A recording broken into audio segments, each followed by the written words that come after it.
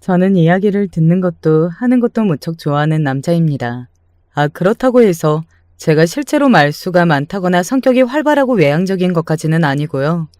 그냥 어렸을 때부터 가만히 앉아서 이야기를 듣고 있는 취미가 있는 조금 독특한 사내 녀석이었고, 낯선 곳에 가면 어색해서 먼 산을 바라보지만 친근한 곳에서 아는 사람들하고만 있으면 세상의 별별 이야기를 입에서 다 꺼내놓는 성격이랍니다. 이런 제가 기어이 사연 신청의 문까지 두드리게 되었네요. 솔직히 논리 정연하게 잘 써내려갈 자신감은 크게 없지만 제가 겪은 이야기를 진솔하게 한번 담아내 보렵니다. 결혼을 하신 분들께서는 어떤 배우자를 현재 곁에 두고 계십니까? 여러분들보다 더 나은 분인가요? 아니면 이런 소리를 하기는 좀 못하지만 솔직하게 여러분보다 더 떨어지는 분인가요? 그도 아니면 수준을 재고 따지고 할 것도 없이 유유상종인가요?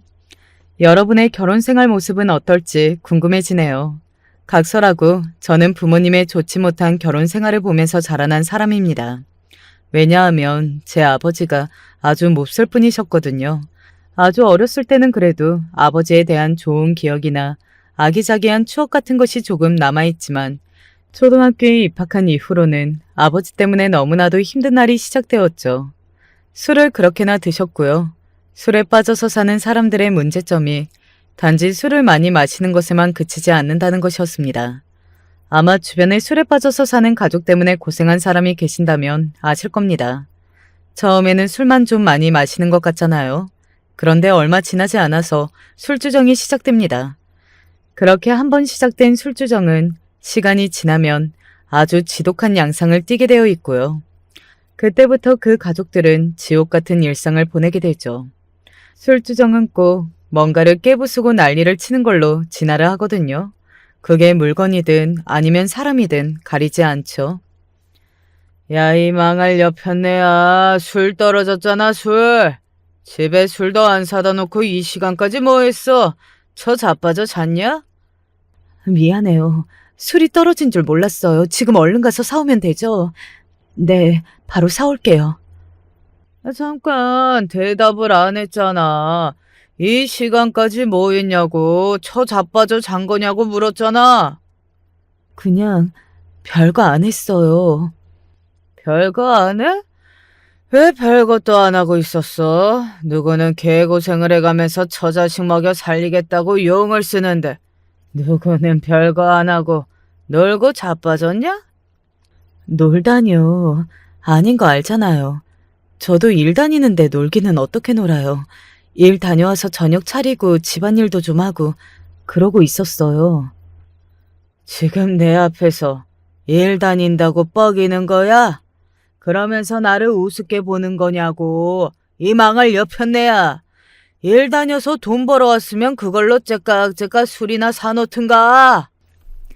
아버지의 고성이 들려올 때마다 저는 손으로 귀를 틀어막았으나 소리를 다 막을 수는 없었습니다. 왜 집구석이 이다지도 좁아서 소리가 잘 들리는지 원망스러웠습니다.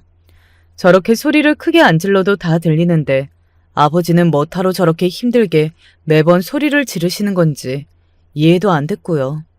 아버지는 원래 좋은 직장은 아니어도 제법 멀쩡해서 따박따박 월급은 나오는 그런 직장에 다니고 계셨습니다. 애초에 성격이 친화적이라거나 부드럽다거나 그렇게 좋은 분은 아니셨으나 시도 때도 없이 소리를 지르고 술 타령을 하면서 욕설을 내뱉고 손을 올리는 그런 분까지는 아니셨습니다. 어머니가 말씀하시기를 사람은 아주 단순한 계기 하나만 있어도 성공을 하거나 망하는 법이라고 하셨습니다. 그리고 망하는 경우에 바로 제 아버지가 속하시는 것은 부정할 수 없는 사실이었고요. 아버지가 그렇게 되신 것에 가장 혁혁한 공을 세우신 분이 바로 큰아버지이십니다. 아버지의 친형 말입니다. 큰아버지는 잘못된 지인들을 소개받으신 뒤 인생의 내리막길을 걸으셨어요. 노름판에 전전하기 시작하셨거든요. 노름 같은 건 죄다 중독이잖아요. 그리고 반드시 대다수의 사람들이 돈을 잃게 되었고요. 큰아버지는 자꾸만 돈을 잃고 있는 상황에서도 정신을 못 차리셨다고 합니다. 딱 한 번만, 더도 말고 덜도 말고 딱 한 번이면 돼. 딱 한 번만 크게 한탕만 땡기고 나면 그때는 내가 인생 역전의 주인공이 되는 거야. 딱 한 번이면 인생을 바꿀 수 있어. 다르게 살 수 있는데 내가 왜 이런 희망을 뒤로 해야 해? 그건 말이 안 되지. 하지만 돈이 있어야 노름을 계속할 수 있잖아요. 게다가 노름판을 전전하며 따는 것보다 잃은 게 자꾸만 커지고 있는데 그건 다 갚아야 할 액수가 되고 있었죠.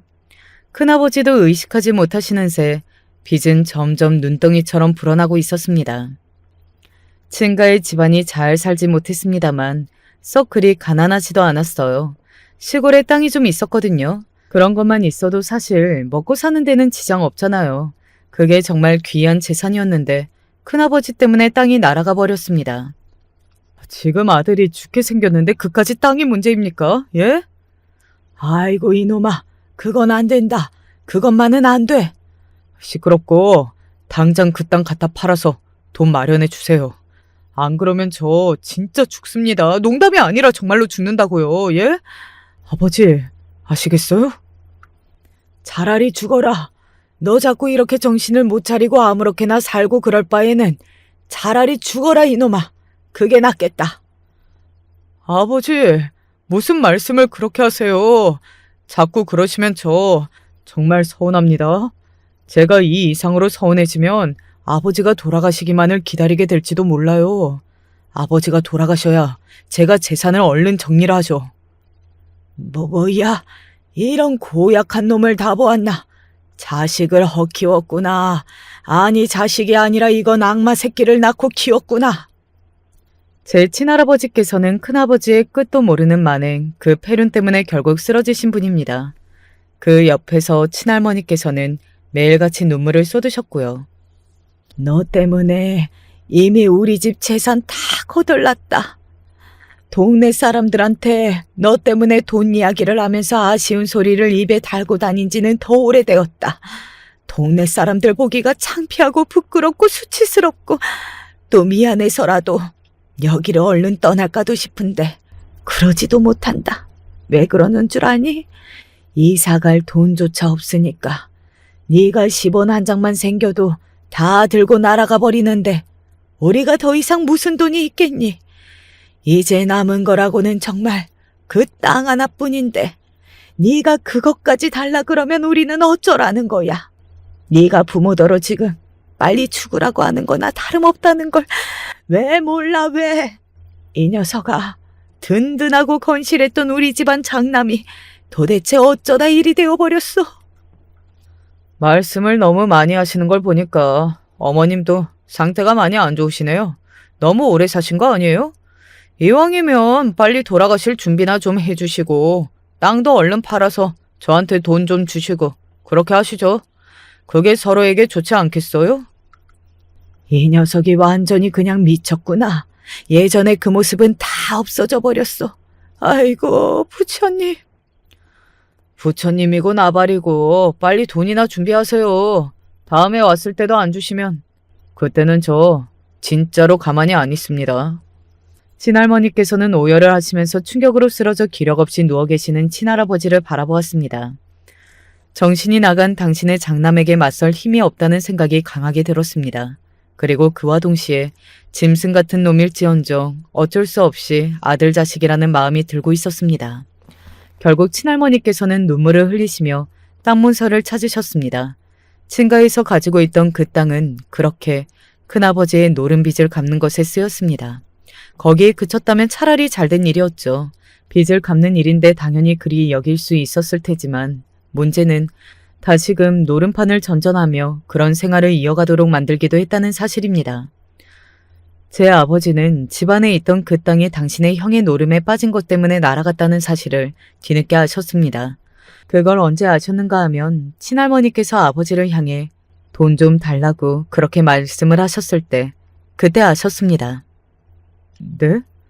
그렇다면 이미 그 땅이 없다는 말씀이세요? 아버지는 망연자실하셨습니다. 또한 당신에게는 전혀 그 어떤 상의도 없이 땅을 정리해버리신 두 분을 향해서 배신감과 서운함도 느끼셨습니다. 두 분은 항상 그러셨죠. 생각해보면 언제나 그랬어요. 형이 먼저였습니다. 그놈의 장남이 대체 뭐라고 허구한 날 장남 타령을 하시면서 저는 뒷전으로 두셨어요? 그렇게 사시더니 결과가 이건가요? 두 분이서 그렇게나 장남을 위하셨으니까 앞으로도 그렇게 하세요. 땅도 장남 때문에 처분을 하셨으니 이제 앞으로 두 분의 간이든 쓸개이든 장남을 위해서 다 내어주시라고요. 너 너무 그러지 마라. 네 형이다. 미우나 싫으나 네 형이야. 그 인간이 저에게 단 한 번이라도 형 노릇을 제법 했으면 모를까. 그런 적도 없는데 무슨 형인가요? 형한테 제가 돈을 뜯긴 적은 있어도 형한테서 10원 한 장 돈을 받은 기억은 없습니다. 아버지가 품고 계신 건 비단 분노뿐만이 아니었고 지난 세월 동안 쌓인 앙금, 서러움 이런 것들이 한데 뒤엉킨 상태였습니다. 친할머니께서 그걸 아예 모르지는 않으셨을 거예요. 하지만 그럼에도 이 말씀을 결국 내놓으실 수밖에 없으셨던 것이겠죠. 이 애미가 정말로 미안한데 돈 좀 다오. 진절머리가 난다는 듯 아버지는 눈을 질끈 감으셨습니다. 그러나 아무리 눈을 세게 감으셔도 친할머니의 간절한 얼굴을 외면하실 수는 없었겠죠. 게다가 어머니 또한 형편이 닿는 선에서는 도움을 드려야 한다고 의견을 내놓은 상황이었습니다. 아버지는 결국 큰아버지 때문에 쓰러지신 친할아버지를 위하신다는 면목을 내세워서 돈을 주셨습니다. 하지만 대개 그런 건 안타깝지만 일회성의 끝이 나지 않지요. 불과 몇 주 뒤 친할머니께서는 너무나도 간절한 목소리로 돈 좀 달라고 하셨습니다. 정말 해도 너무하네요. 아예 벼룩의 간을 빼먹으라지. 부모를 죽일 셈이냐고 하시면서 그런 말씀을 하시면서 울부짖으셨던 친할머니께서는 그렇게 돈을 받아가셨습니다. 하지만 그 돈은 전부 큰아버지가 노름판을 전전하시는 것에 쓰였습니다. 그 사실을 아버지가 아시게 되었던 것은 친할아버지께서 위독해지셨을 때였죠. 그동안 병원 치료를 받으신 줄 알았는데 그게 아니었다니? 맨날 약을 잡수고 계시는 줄 막연하게 그렇게 생각하고 있었는데 알고 보니까 그런 게 전혀 아니었다는 거야? 아버지가 망연자실하셨고 친할머니께서는 그저 비통한 얼굴로 울고 계셨을 뿐이었습니다. 이게 대체 어떻게 된 영문이냐고 어머니가 몇 번이고 여쭙고 난 다음에야 듣게 된 진실은 큰아버지가 정신을 차리고 잘 살아보겠다고 그렇게 주장을 하시기에 생활비 자금이 필요하다는 소리를 믿으시고는 친할머니께서는 그 돈을 보내주셨던 거예요. 애초에 친할아버지와 당신이 쓰시려고 돈을 받아가셨던 게 아니었습니다. 큰아버지가 정신을 차리시고 멀쩡히 생활을 다시 좀 하셨으면 해서 그런 바람으로 거기에 돈을 보내시기 위함이었고 그걸 알면 저희 부모님이 절대로 돈을 안 주실 것 같으니까 일부러 거짓말로 돈을 받아가신 것이었죠. 그런데 말입니다. 큰아버지가 정말로 노름판에서 손을 털고 나와서 정신을 차리셔서 그러셨던 것일까요? 아니요. 그럴 리가 없었죠. 말씀드렸듯이 그런 건 중독이니까요. 자의로 끊을 수 있을 리가 없었습니다. 친할아버지께서는 결국 돌아가셨고 그러자 모습을 드러낸 큰아버지는 한눈에 봐도 건실하고 성실하게 살고 있는 것과는 거리가 아주 멀어 보이는 모습을 하고 계셨습니다. 머리부터 발끝까지 그게 다 숨겨지지 않고 티가 났죠. 그리고 진작에 사이가 틀어져서 서로 안 보고 살았던 당신의 형제에게 다가가 머쓱한 표정으로 이런 소리를 하고 마셨습니다. 야, 동생아, 너 돈 좀 있냐? 돈? 무슨 돈? 무슨 돈이기는 임마. 그냥 돈은 돈이지. 말장난할 생각하지 말고 돈 좀 있으면 나 좀 빌려줘라. 빌려주면 갚을 능력은 되고? 당연하지. 두말하면 잔소리야. 이자까지 쳐서 내가 갚아줄게. 아무리 가족이고 형제라도 이런 건 철저하게 따져야지. 안 그래? 큰아버지가 희죽거리셨습니다.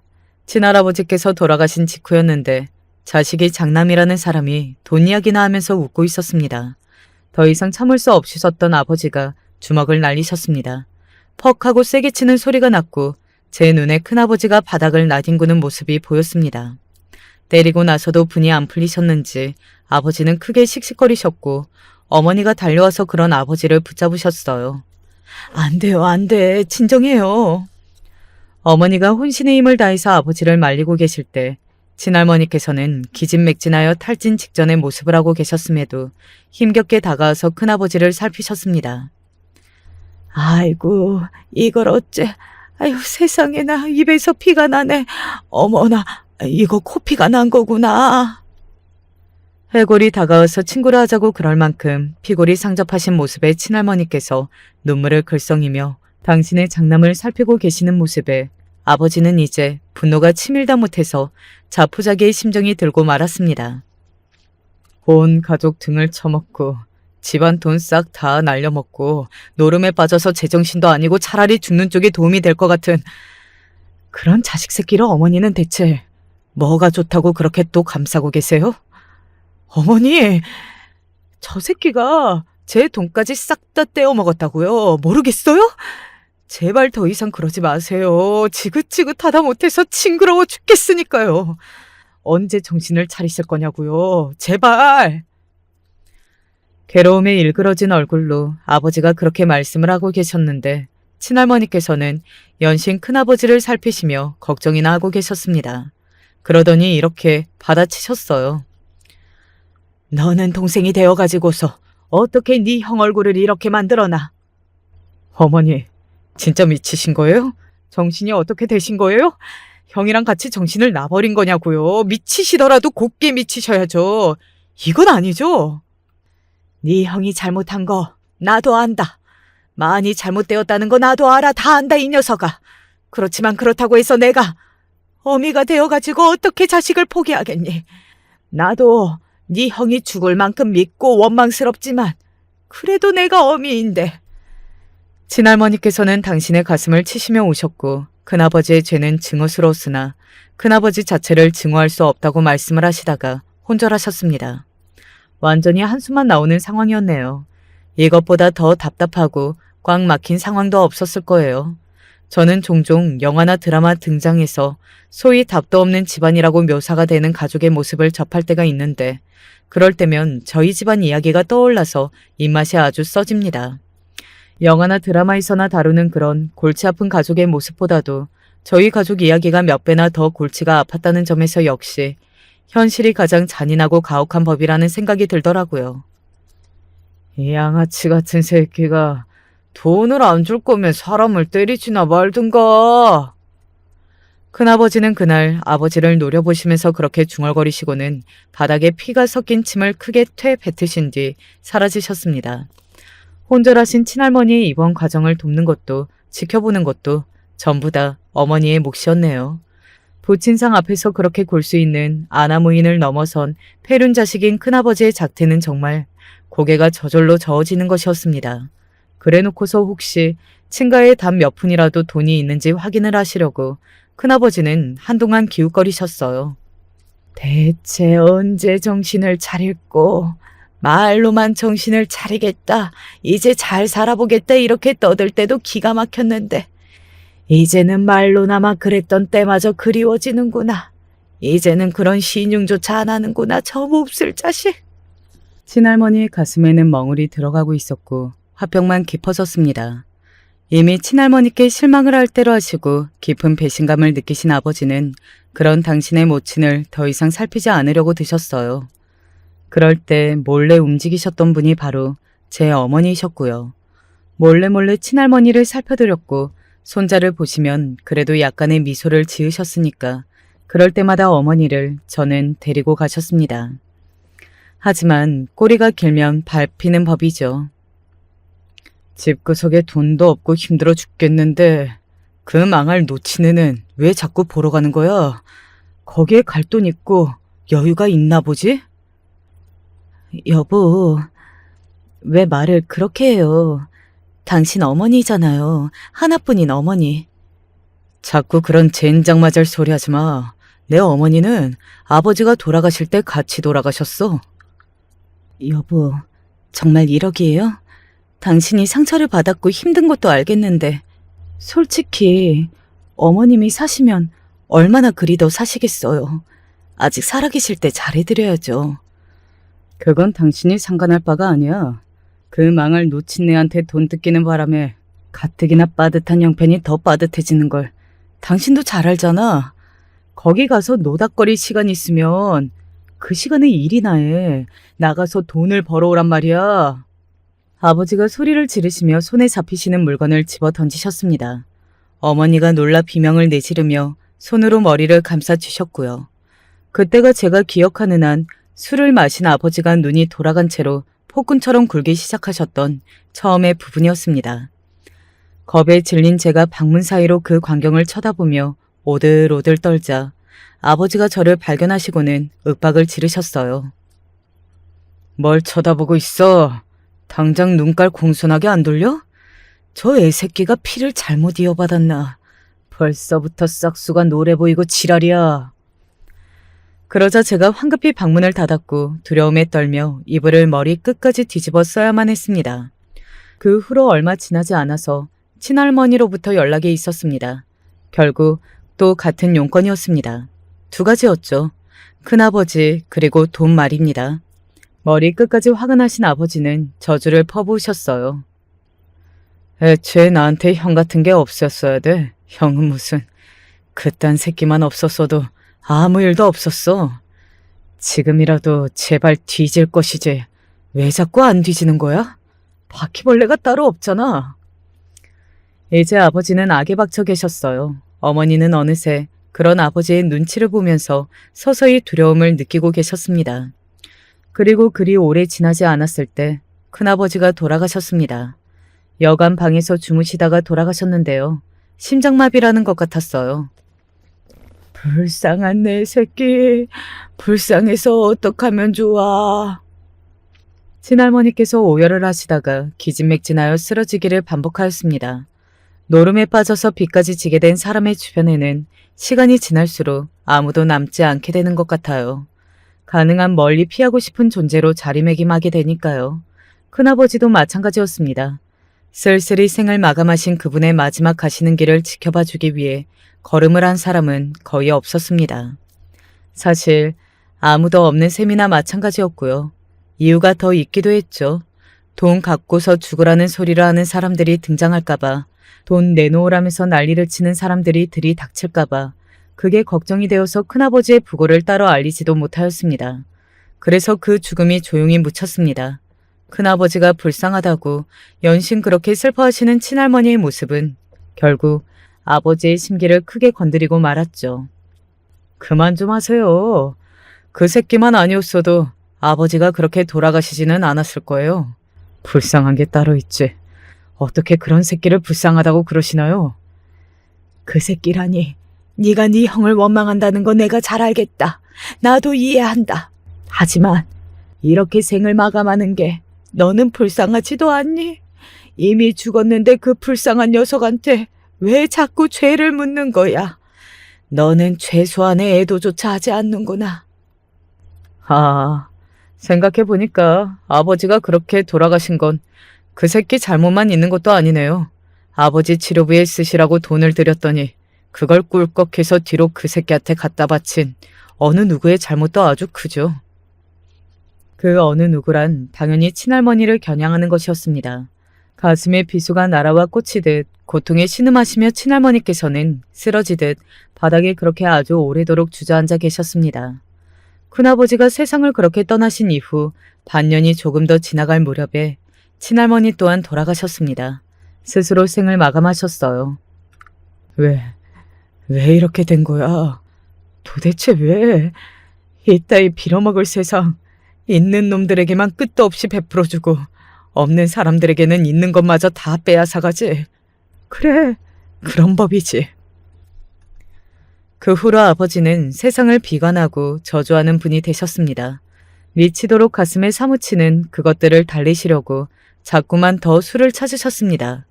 변변하지 않은 일용직이 아버지의 유일한 일자리였습니다. 그건 날마다 일이 있는 게 아니었죠. 어머니가 일을 다니시며 돈을 벌기 시작하신 지 이미 오래였습니다. 큰돈은 아니었지만 꾸준히 벌어오셨기에 집안이 돌아갈 수 있었어요.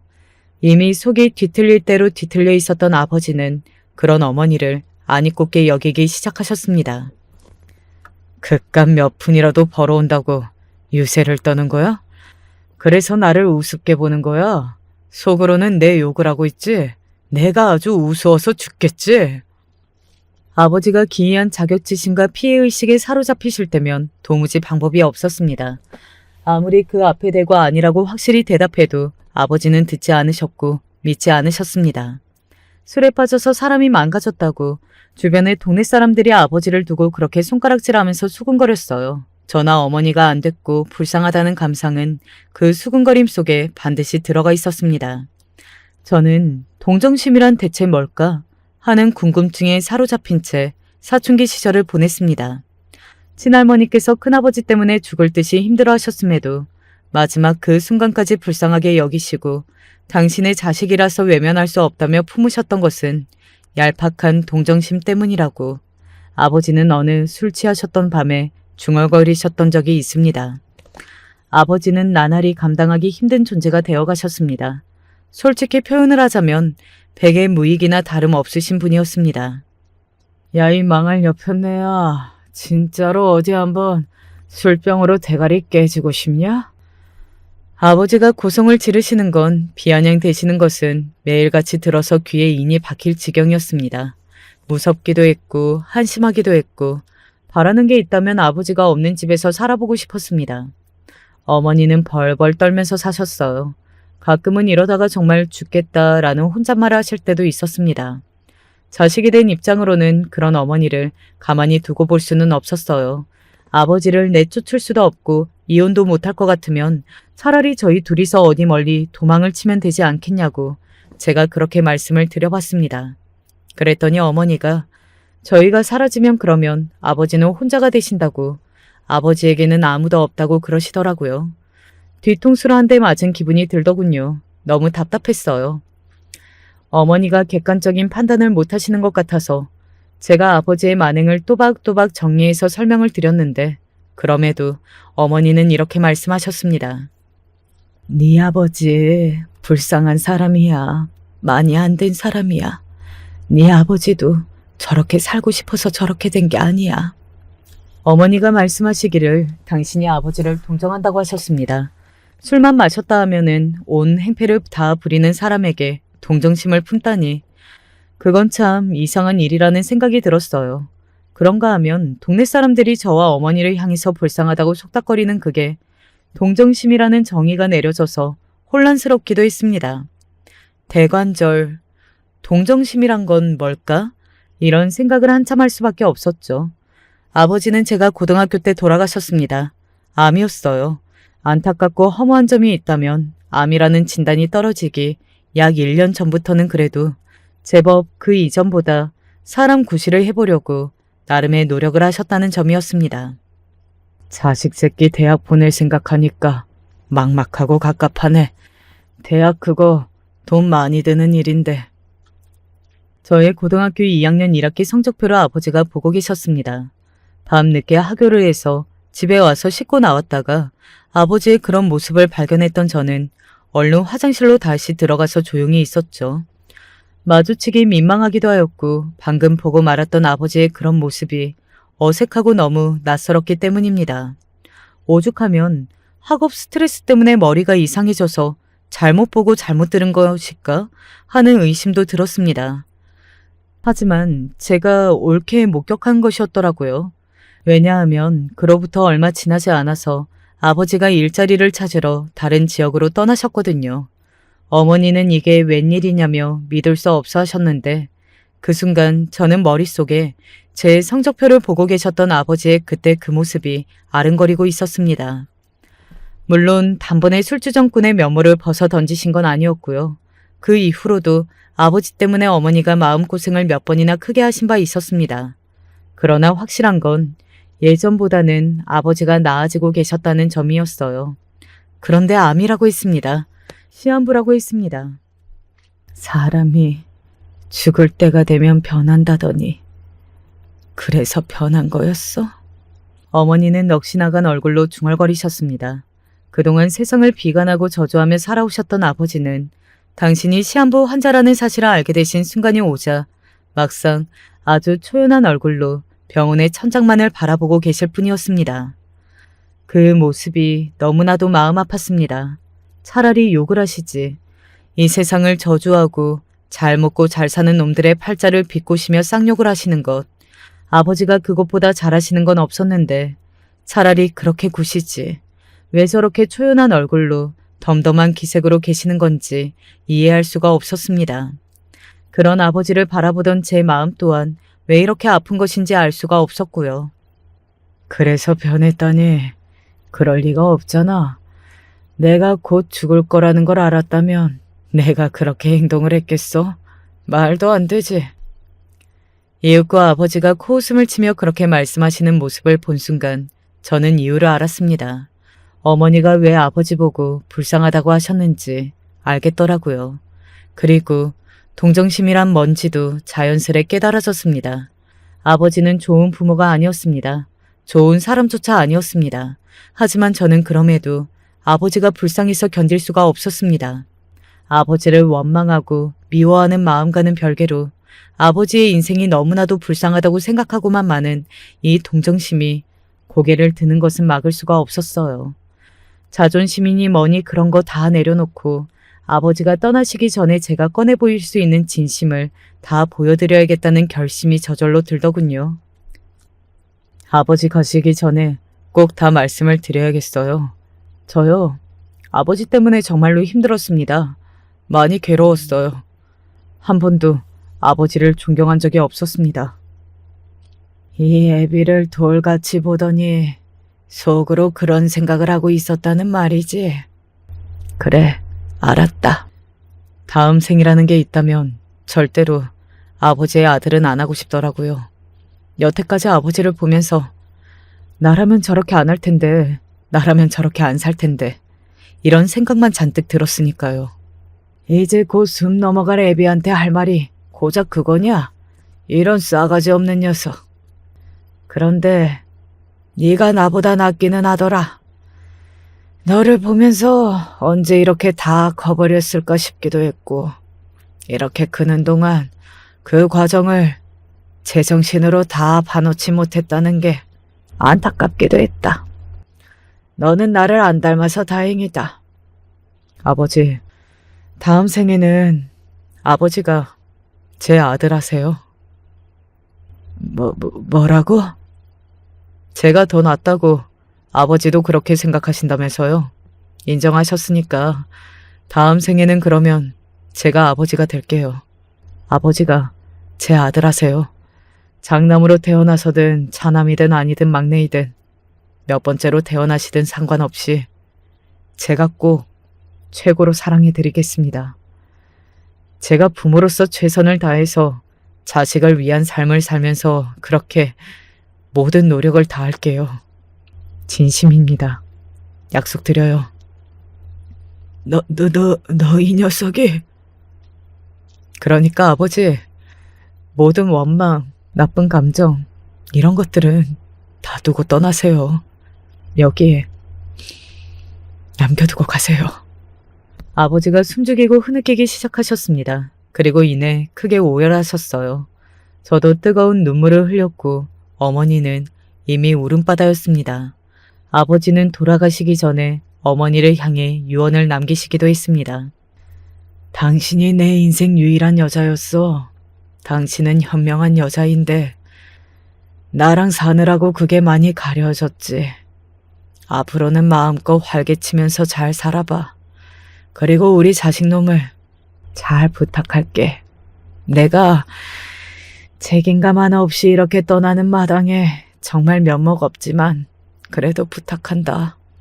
당신의 힘이 닿는 저 끝까지 우리 자식놈의 인생 좀 잘 챙겨줘. 내 몫까지 대신해서. 어머니는 자꾸만 튀어나오는 울음 때문에 제대로 대답도 못하시고 연신 고개를 끄덕끄덕 하셨습니다. 저는 아버지가 설마 저에 대한 그런 말씀을 남기실 줄은 몰랐기 때문에 어안이 벙벙해져 있었죠. 저는 그때 19살이었고 이미 시커멓게 다 자란 놈이었어요. 하지만 아버지의 눈에는 마냥 햇병아리처럼 보였을 것을 그 순간에 깨달았습니다. 아버지는 저를 향해서는 이런 말씀을 남겨주셨습니다.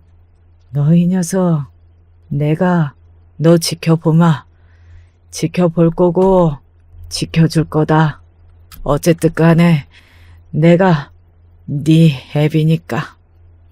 아버지가 그렇게 살고 싶어서 그렇게 사신 것이 아니라는 어머니가 일전에 해주셨던 말씀이 제 귓가를 울리고 있었습니다. 자식을 향해 그런 유언을 남겨주신 아버지를 향해 저는 마지막으로 존경의 인사를 올렸습니다. 그로부터 몇 시간 후에 아버지는 숨을 거두셨어요. 장례식은 아주 쓸쓸했어요. 적막함이 감돌았고 온통 고요했습니다. 하지만 그런 게 마냥 슬프지만은 않더군요. 어머니도 같은 생각을 하고 계신 건지 후련함과 그리움이 공존하는 눈빛으로 가만히 계실 뿐이었습니다. 조용했던 장례 절차가 모두 끝나고 어머니가 저에게 말씀해 주셨어요. 우리 딱 일주일만 슬퍼할까? 그리고 그 다음부터는 아주 신나게 살자. 신명나게 살아보자. 그래서 네 아버지가 저승에서 우리의 모습을 보고 배가 아파서 질투를 할 만큼 어디 한번 그렇게 살아보도록 하자. 어머니는 억지로 기운을 내시려는 게 아니었어요. 예전과 다르게 살겠노라고 굳게 다짐을 마치셨을 뿐이었죠. 요 며칠 내가 든 생각이 나 또한 너무나도 부족했다는 거야. 무능력하고 무기력했다는 거. 지금까지 내가 왜 그랬을까 싶더라. 나도 달라질 거야. 앞으로는 지금까지처럼 그렇게 안 살 거야. 나는 엄마니까 내 자식에게 당당하고 멋진 모습만을 보여주고 싶은 그런 엄마니까. 눈물 젖은 눈으로 엄마가 그렇게 말씀해 주셨을 때 저 또한 엄마에게 부끄럽지 않은 그런 자식이 되어야겠다고 생각했습니다. 저승에서 아버지가 저를 지켜보시겠다고 했으니 어디 한번 멋진 모습을 뽐내야겠다는 생각이 들어서 자연스레 공부 의욕이 더 올라가더군요. 제법 명문대 반열에 걸쳐져 있다고 볼 수 있는 그런 좋은 대학에 저는 입학을 해냈습니다. 경영학과를 전공하였는데 이것은 막연히 좋은 회사에 나중에 취업을 할 때 가장 무난하게 먹힐 것 같아서 선택한 것이었어요. 근데 학교를 다니다 보니까 경영학과 수업 자체는 적성에 그리 잘 맞지 않았습니다. 오히려 여러 가지 대외 활동을 하면서 사람들과 직접 크고 작은 경험들을 쌓는 쪽이 제 적성에 맞았어요. 저는 직접 부딪히면서 도전을 하고 또 모험하는 것을 좋아하는 사실을 대학 생활을 하는 동안에 깨달았던 것이죠. 제 안에 그런 모험 정신이 깃들어 있다는 걸 깨달은 건 아주 중요한 자산이 되어 주었습니다. 모험 정신이라고 하면 혹시 뭐가 떠오르시나요? 주식이나 비트코인 이런 게 떠오르시지 않으신가요? 그 당시에는 지금처럼 어리고 젊은 친구들이 너나 할 것 없이 주식을 해보고 비트코인을 사들이고 그렇지는 않았습니다. 지금과는 양상이 달랐기에 주식을 공부하는 저의 모습은 주변에서 쟤 왜 저러냐 소리를 듣기에 딱 좋았습니다. 하지만 저는 사무실에 앉아서 제 할 일을 해내고 따박따박 월급을 받는 것도 당연히 중요하게 생각을 하기는 했지만 여러 가지 분석을 통해서 주식을 사들이고 팔고 이런 과정을 통해서 얻는 희열을 놓칠 수가 없었어요. 대체 누구를 닮아서 그런 걸 좋아하는지. 일단 친탁을 한 건 확실하구나. 어머니가 그렇게 밝히셨을 때 큰아버지가 떠올라서 제가 엄청 뜨끔했습니다. 가만 보니 그런 기질이 저한테 이어진 것 같기도 했고요. 어머니가 걱정하실까봐 그 후로 주식 얘기는 거의 안 하면서 지냈죠. 어머니는 식품 공장에 발을 들이신 후 즐겁고 활기차게 일을 하고 계셨습니다. 제가 취직도 잘했고 주식으로 부수입도 잘 올리고 있어서 어머니가 일을 안 하셨으면 좋겠다고 바랐으나 당신의 생각은 그렇지 않았어요. 너무 좋은 사람들만 있는 곳이라서 일을 다니는 게 재밌다고 하셨으며 직접 돈을 벌어서 쓰고 저축하고 이러는 과정이 보람된다고 하셨습니다. 어머니에게도 이제 지인도 여러 생겨 있었죠. 어찌 보면 마당발이신 것 같기도 했습니다. 그래서인가 제 결혼식 때 어머니의 인맥이 정말 많이 자리를 해주었습니다. 저는 그 광경이 믿기지 않아서 어머니를 한참 뚫어져라 쳐다봤었네요. 저는 저보다 3살 아래의 여사를 만나 1년 넘게 만나다가 결혼을 했어요. 아내는 차분한 사람이었습니다. 그래서 같이 있으면 심신이 안정되는 느낌이었고 편안해서 좋았습니다. 전문대를 나와서 작은 회사에서 격리 일을 하고 있었고 저와 결혼하고 나서 5개월 뒤에 그만두었어요. 작은 곳이라서 그런지 정말 고리타분하게 굴면서 여자가 결혼하면 곧 임신해서 다른 사람들에게 민폐를 끼치는 거 아니냐고 그렇게 나왔거든요. 아내가 너무 힘들어하길래 제가 그걸 알고는 당장 그만두라고 했습니다. 돈은 내가 벌면 되니까 당신은 쉬고 싶은 만큼 쉬어도 돼. 정말이야? 여보, 너무 고마워. 내가 앞으로 집안 청소도 열심히 하고 최고로 맛있는 밥도 차려줄 거야. 행복하게 웃으며 말을 하는 아내의 모습에 저도 행복해졌습니다. 이런 게 바로 결혼이지 싶었어요. 제 기억 속에서 안타까운 모습으로만 가득 남은 제 부모님의 결혼 생활을 떠올려 보면 아내와 더욱 화목하게 위하는 마음으로 그렇게 살고자 하는 생각이 강해졌습니다. 일을 그만두고 쉬게 된 아내에게 저는 단 한 번도 언제 취업할 거냐고 말을 한 적이 없었습니다. 취업 자리를 찾아보고 조사를 하면서 지내는 모습을 지켜보며 그냥 알아서 편안하게 하게 냅두었어요. 그랬더니 장모님이 저를 칭찬하시더라고요. 정서방이 이제 봤더니 아주 상남자네. 자고로 남자란 이렇게 의젓하고 책임감 넘치고 여자 먹여 살리는 그런 맛이 있어야지. 아내가 중학교 때 장모님은 장인어른과 이혼을 하셨어요. 서로 안 맞았다고 하더라고요. 그 후로 서로 안 보고 살았으며 저 또한 장인어른을 사진으로만 뵌 게 전부였습니다. 어찌 보면 아내도 가정 내에서 결핍이 있다고 볼 수 있었죠. 그래서 저와 서로가 끌려서 만나나 보더라고요. 여보, 주식하는 거 그거 있잖아. 어때? 잘 돼?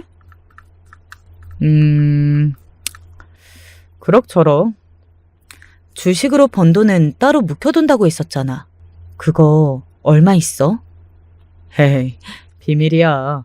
나는 그거 얼마 있는지 우리 어머니한테도 안 알려드렸어. 당신한테는 조만간 기회 되면 그때 알려줄게. 어느 날 아내가 제 주식 수익을 궁금해했는데요. 일부러 그 돈은 계속 건드리지 않았고 쓸 일도 없었지만 그럼에도 아내가 자꾸만 궁금해해서 아주 대략적인 금액만 알려주었습니다. 그랬더니 깜짝 놀라더라고요. 기분 탓인지 아내가 그날 이후로 취업 자리를 더 이상 안 알아보더라고요. 그러려니 싶어서 그냥 두었습니다. 제가 몸이 좀 계속 안 좋아서 여러모로 피곤해서 다른 것에 에너지를 안 쓰고 싶기도 했고요. 열정 넘치게 살아온지라 피곤하고 몸이 좀 쑤시는 게 하도 익숙해진 뒤였는데 그래서 참고 사는 것도 습관이었는데 기어이 큰 코 다쳤습니다. 증상이 안 나와서 병원에 갔더니 제가 말기 암이었더라고요. 암? 게다가 말기? 실감이 안 났습니다. 첫째로 든 생각이 왜 하필 나한테? 라는 거였네요. 이 세상이 불공평하다고 저주를 하시던 아버지의 모습이 떠오르면서 가슴이 답답해졌습니다. 난데없이 청척병력에 모두가 뒤집어졌고요. 괜찮아. 희망이 있어. 알지. 네 아버지가 가셨을 때보다 지금이 의료기술이 많이 좋아지는 거. 어머니는 애써 저에게 웃어 보이셨지만 한참 울고 오신 눈가를 숨길 수는 없었습니다. 아내는 자기가 잘못 챙겨줘서 제가 이렇게 된 것 같다는 말을 하면서 한참을 울었습니다. 그리고 장모님은 저에게 놀라운 말씀을 해주셨고요. 저기 있잖아, 정서방. 그래서 돈은 얼마나 있는데? 네? 돈이요? 정서방 주식하잖아. 돈 따로 둔 거 많잖아. 그래서 그게 정확히 얼마 있는 거야? 어? 내가 너무 궁금해서 그래. 제가 지금 말기 암 환자인데 장모님은 그런 게 궁금하십니까? 그건 그거고 이건 이거지. 정서방 갈 때는 가더라도 미리 속 시원하게 좀 알려주면 어디가 덧나? 사람이 참 째째하게. 쏘아붙이시는 장모님의 모습을 보며 저는 인간적인 혐오가 들었습니다. 사람이 저래서는 안 된다는 감상이 들면서 고개가 저어졌죠. 장모님께 절대로 말씀을 안 드렸더니 제 욕을 하시면서 발길을 돌리셨습니다. 잠시 후 어머니가 제 곁으로 오셨고 착잡한 제 얼굴을 확인하시고 너무나도 걱정을 하시기에 이 답답한 속내를 더 안고 있을 수는 없어서 장모님과 있었던 일을 말씀드렸고요. 어머니가 단박에 열이 올라서 표정이 변했습니다. 그 미친 여편 내가 아픈 내 아들한테 뭐라고 짓거린 거야? 불같이 화를 내시는 그런 모습은 처음 봤어요. 이상하게 생전의 아버지 모습이 겹쳐 보여서 저는 그런 와중에도 속으로 헛웃음이 나왔네요. 어머니는 이럴 때 어떻게 해야 좋을지 모르겠다고 하시면서 상담할 만한 분들에게 연락을 돌리셨습니다. 그리고 나서 결론을 하나 들고 오셨어요. 그 집을 파보자. 그냥 무작정 파봐야겠어. 네? 판다고 해서 뭐가 나오겠어요? 우리 집에 아주 기구한 사연이 있었을 거라고 누가 상상이나 할 수 있겠니? 겉만 봐서는 모르는 거야. 분명히 그 집도 뭐가 있을 거야. 생각을 해보렴. 자기 사위가 죽게 생겼는데 자기 딸을 생각해서라도 그런 못된 질문은 못해야 맞는 거거든? 하지만 너무 거리낌이 없었단 말이지. 분명히 뭔가 있어. 어머니는 이미 결단을 내리신 뒤였고 제가 그 마음을 돌리기는 어려워 보였습니다. 제가 말기 암 환자인데 죽게 생겼는데 뭐가 망설여질까 싶어서 이판사판이다 싶어서 저도 그냥 어머니를 응원해 드리기로 했고요. 어머니는 그날까지 쌓아온 자신의 인맥을 10분 활용하셨고 정보를 얻으셔서 빠르게 뒷조사를 해줄 수 있는 업체에 의뢰를 하실 수 있었습니다. 당신이 여태 벌어서 저축하신 돈을 쓰셨고요. 그리고 아주 놀라운 결과가 나왔습니다. 아내가 매사에 차분하고 해사하게 웃어주는 제 아내가 바람이 났더라고요. 상대는 저와 결혼하기 전에 만났던 남자였습니다. 일을 그만두고 나서부터 그 남자와 놀아났고요. 저는 아내가 편하게 지냈으면 했던 것뿐인데 설마 일을 안 다니는 그 여유로움을 이용해서 바람을 피울 줄은 몰랐습니다. 장모님도 알고 계셨더라고요. 세 사람이 같이 카페에 들어간 사진이 증거로 남아 있었으니까요. 그리고 장모님은 바람이 나서 옛날에 이혼을 하신 거였더라고요. 더 놀라운 점은 장모님과 장인어른 둘 다 바람이 났었다는 겁니다. 서로 똑같으면서 서로를 혐오하고 비난하며 싸우다가 이혼을 했던 것이었고요. 아내는 그런 기질이라도 물려받은 모양이었어요. 그러니 참한 얼굴로 태연하게 바람을 피우고 그 모치는 그 바람을 응원하면서 같이 놀러 다녔던 것이겠죠. 아픈 저에게 무리를 시킬 수 없다면서 어머니가 전면에 나서셨습니다. 이런 쌍으로 미친년들을 다 보았나. 당장 내 아들하고 이혼하고 조용히 꺼져. 뒷조사를 했다고 밝히지 않고 어머니의 수많은 지인들 중 하나가 바람 현장을 목격해서 사진을 찍어온 것으로 말을 꾸몄습니다. 어머니가 치밀하시더라고요. 아내는 털썩 주저앉았고 장모님은 다급히 외치셨습니다. 본격적인 바람은 아니었고 약하게 부는 그런 바람이었어요. 사돈, 생각하시는 그런 이상한 거 아니에요. 아니기는 아픈 내 아들 더 아프게 만들지 말고 조용히 꺼지긴 하시지. 가뜩이나 주식으로 번 재산 주식으로 다 날려서 스트레스 받고 힘들어하던 내 아들 말기 암 선고까지 받아서 진짜 미치겠는데 너희 같은 미친년들하고 1초도 더 상대하고 싶지 않아. 시간 아까워. 재산을 날려? 그럼 돈이 없다고? 어머, 아이고 그러셨군요. 네. 그렇게 꺼져주시길 원한다면 저희가 또 꺼져드려야죠. 네. 재산이 없다는 말에 장모님은 갑자기 태도를 바꾸셨고 주저앉아있던 아내를 일으키셨습니다. 빨리 가자면서 재촉을 하셨고요. 아내는 눈물을 흘리면서도 결국은 군말 없이 장모님을 따라갔습니다. 고작 그런 여자였던 것입니다. 어머니의 기지로 당장 이혼을 할 수 있었네요. 치료에만 전념하자고 어머니는 덜덜 떨면서 말씀하셨으나 저는 의연하고 담대하기만 했습니다. 주변에서 저한테 그랬어요. 무섭지 않냐고요. 그럴 때면 저는 고개를 저었습니다. 이 상아리 많지 제가 죽을 것 같지가 않더라고요. 아 무서워요. 저를 지켜주기로 한 분이 계시거든요. 오로지 어머니만이 제 말뜻을 알아듣고 눈물을 흘리셨었죠. 그리고 저는 기적이라고밖에 설명할 수 없는 그 희박한 확률을 뚫고 생존해냈습니다. 주식으로 번 재산이요? 당연히 잃은 적 따위 없습니다. 그때 기준으로 5억 정도가 있었는데요. 지금은 3배 이상 보유하고 있네요. 이혼하고 나서 제가 죽기는커녕 외제차 한 대를 뽑아서 다니는 아주 기가 막힌 모습을 전 아내와 전 장모님 모녀가 본 적이 있었죠. 전 아내는 임신을 했는지 배가 불러 있었는데 얼굴이 아주 퀭하고 차림새 또한 초라했습니다. 저를 발견하고 거의 기절을 하려고 했는데 저는 한번 씩 웃어준 뒤 외제차를 몰고 그 자리를 떠났었죠.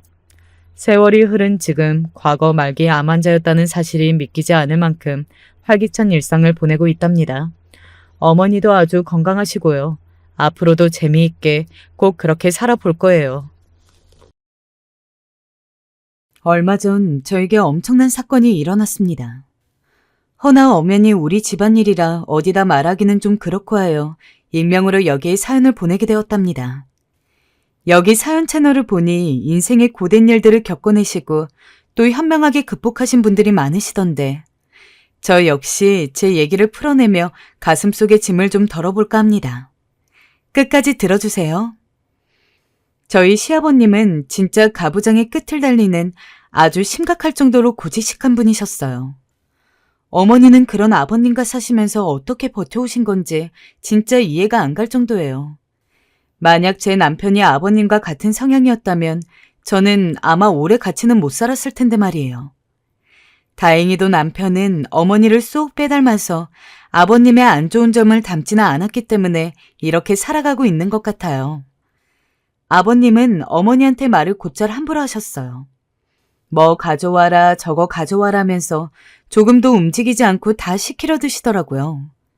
보던 제가 안쓰러워서 대신 움직이긴 했지만요. 그리고 며느리인 저에게도 꽤 명령조로 말하시는 편이라서 저도 약간 거슬릴 때가 많았어요.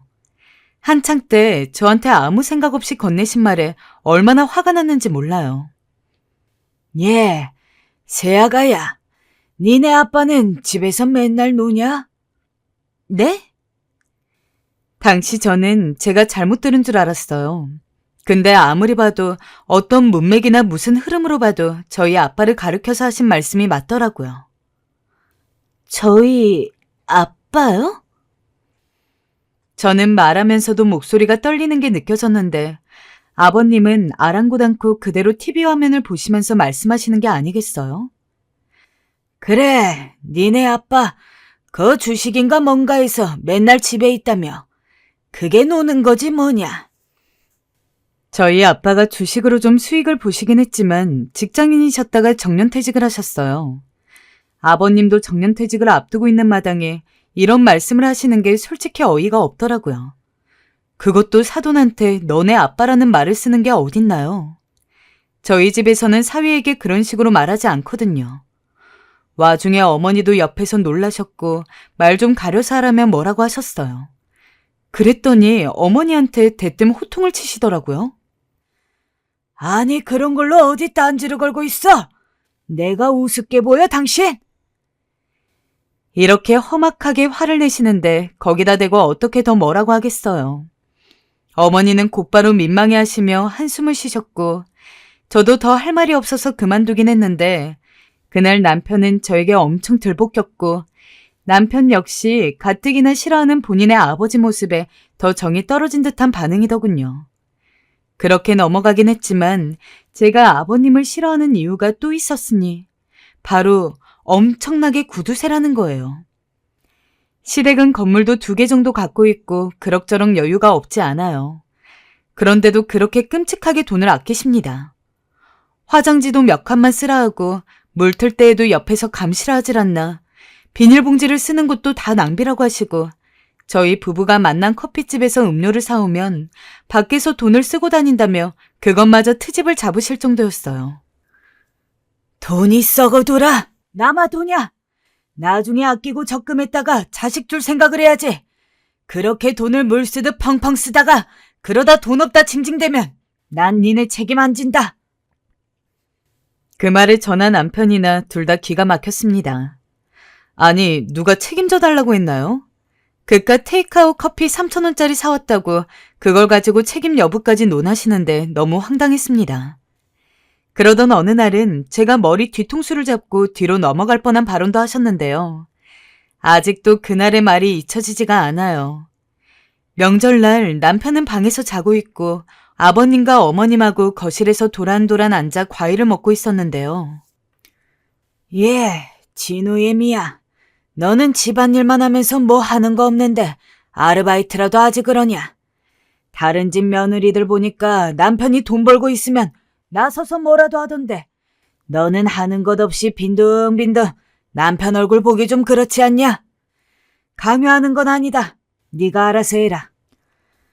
사람이 너무 벙이 찌면 할 말이 없어진다고 하잖아요. 제가 딱 그랬어요. 갑작스레 과일을 입안에 우겨놓고 있던 제게 그런 말씀을 하시니 너무 당황해서 과일 조각이 목구멍에 턱 걸린지도 모르고 멍하니 있다 그만 살해에 걸리고 말았습니다. 얘야, 괜찮니? 아니, 당신은 왜 그런 말을 해요? 얘가 애 낳기 전까지 얼마나 열심히 일에 뒷바라지를 했는데요. 그리고 지금 애들 키우는 것도 곤욕인데 애들은 어디에 맡기고 일을 하라고. 애들은 당신이 좀 봐주면 되지. 뭐가 문제야? 당황하신 시어머니가 급히 제 편을 들어주시긴 했지만 시아버지는 시어머니에게 육아를 하라고 말까지 하면서 제게 일을 시키려 들더라고요. 제가 평소 애 키우고 집안일하는 건 노는 걸로 보시는 건지 저를 팔자 편한 며느리쯤으로 생각하는 게 틀림없었습니다. 그러니 제가 명절날 시댁에 갈 때마다 너는 남편 잘 만나서 좋겠다 라고 말씀하시는 거겠죠. 그 말을 들을 때마다 저도 얼마나 우라통이 가슴속에서 올라왔는지 몰라요. 시아버지를 직접 저희 집에 모셔와 두 아이 육아하고 집안일 하는 것까지 하나하나 맡기고 싶은 심정이었습니다. 본인이 직접 해보셔야 저런 태평한 말이 입 밖으로 안 나올 테니까요. 제 기분이 퍽 상한 줄 알고 나중에 남편이 다가와 신경 쓰지 말라 해주긴 했지만 그걸로 마음 상한 게 가라앉지 않았습니다. 저를 오히려 정성껏 위로해 주신 분은 시어머니뿐이었어요. 내가 네 마음 안다. 나도 저 양반이 도대체 왜 저러는지 모르겠구나. 나이는 대체 어디로 먹은 건지. 미안하다 아가야. 내가 사과하마. 아니에요. 어머님이 왜 저한테 사과를 하세요. 내 잘못이지. 저런 양반하고 결혼해 너까지 힘들게 하니. 아휴. 그렇게 아버님께 몇 마디를 듣고 나면 시어머니와 마주 앉아 한숨 쉬고 아버님 뒷담화를 하는 게 일상이었어요. 어머니 위로를 받고 나면 그래도 마음이 가라앉거나 화도 좀 풀리곤 했으니까요. 마치 어머님과 저는 전투를 함께 치르는 동지와도 같았습니다. 하지만 그런 저도 참지 못할 일이 생기고 말았는데요. 일전에 말씀드렸다시피 제가 아버님이 짠돌이라 했잖아요. 그런데 그런 짠돌이 아버님께서 저희에게 용돈을 요구하고 나선 겁니다. 어느 날 본인의 생일날 저희를 부르시더니 한껏 들뜨셔선 이런저런 이야기를 하시더니 선물을 드리는 시간에 이러시더군요. 얘들아, 내가 생각해봤는데 말이다. 내가 돈이 필요해서가 아니고 니네도 자식이고 며느리면 도리로서 우리에게 어느 정도 생활비를 좀 주는 게 도리이지 않니? 내가 실은 몇 년 전부터 그런 생각을 하고 있었는데 우리가 뭐 먹고 살기 힘든 게 아니니 구태여 그런 말은 꺼내지 않았다만 아무래도 자식된 도리로서 그 정도는 지켜줬으면 좋겠다 싶다. 생활비를 달라고요? 아니, 당신 애들 당황하게 그게 갑자기 무슨 말이에요? 남편도 저도 어머님도 모두 아버님의 말에 당황해 표정이 벌개졌어요. 그런데 그 와중에 시아버지는 꿋꿋하셨습니다. 여전히 본인은 엄숙하고 진지한 얼굴로 그러면서 나 때는 으로 시작하는 과거 이야기를 시작하더라고요. 나 때는 아들이 부모를 봉양하고 모시고 살았었다. 그게 당연했다. 하지만 지금 니네는 우릴 모시고 살지도 않지 않냐. 그러면 다른 방식으로라도 도리를 해야 하지 않겠냐 하는 말들이었어요. 남편이 하도 황당해서 그러니까 그 도리라는 게 바로 돈이라는 거죠? 하고 물으니 시아버지는 고개를 끄덕이며 본인이 원하는 액수를 종이에 써서 넘기시더군요. 내가 생각하는 건 이 정도인데 이 금액이면 니들도 동의하지 않을까 싶다. 너네 사는 형편의 무리도 아니고 이 정도는 해줄 수 있지. 얼떨결에 제가 그 종이를 받아들였는데 100만 원이라고 적힌 그 금액을 보곤 더 할 말을 잃었어요. 남편은 외벌이고 저는 그 돈으로 아이들을 키우고 있는데 도대체 저희는 어찌 생활하라고 이 돈을 요구하시는 건지. 아니, 차라리 아버님이 사는 형편이 어려웠다면 저희가 알아서 먼저 챙겨드렸을 겁니다. 그런데 그것도 아닌 분이 매일 돈 물쓰듯 쓴다고 타박하시던 분이 갑자기 한 달에 100만 원 달라고 떼쓰고 나서니 아버님 면상에 도대체 철가면이 몇 개인지 사람이 저렇게까지 뻔뻔할 수 있는지 싶더라고요. 결국 그것만큼은 용납할 수 없었기 때문에 제가 총대를 맸습니다. 남편이 해도 됐지만 저도 지금껏 당한 게 있었기 때문에 그날따라 제가 아버님께 아닌 건 아니라고 말씀을 드리고 싶더라고요.